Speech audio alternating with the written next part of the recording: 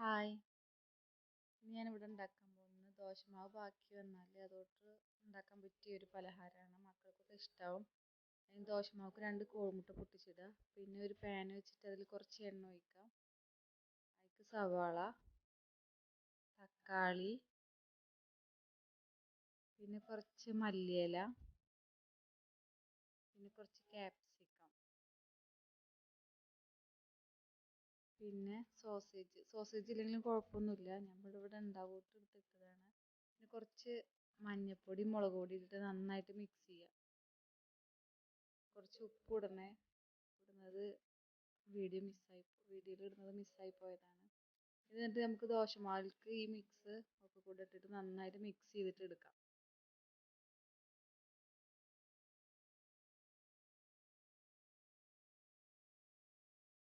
ഇനി നമ്മൾ നേരത്തെ വെച്ച അതേ പാൻ വെച്ചിട്ട് അതിലേക്ക് 3 സ്പൂൺ എണ്ണ ഒഴിക്കണം. അത് അല്ലാന്നുണ്ടെങ്കിൽ അതിൽ ഒട്ടിപ്പിടിക്കും.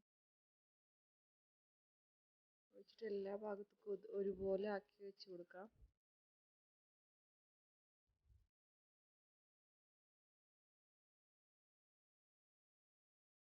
അതിനുശേഷം മൂടി വെച്ച് ചെറിയ തീയിൽ ഒരു 5 മിനിറ്റ് നേരം നമുക്ക് വേവിച്ചിട്ടെടുക്കാം.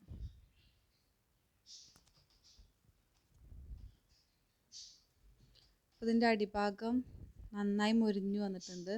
നമുക്ക് മേൽഭാഗം കൂടെ ഒന്ന് മറിച്ചിട്ടിട്ട് വേവിച്ചെടുക്കാം.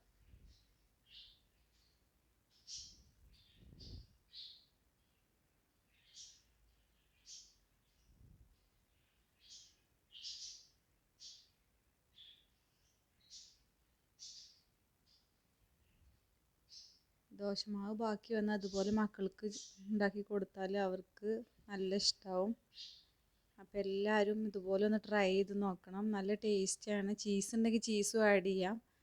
നല്ല ടേസ്റ്റ് ഉണ്ട്. നല്ല സോഫ്റ്റുമാണ്. നമുക്കിങ്ങനെ കട്ട് ചെയ്തിട്ട് കഴിക്കാൻ പറ്റും.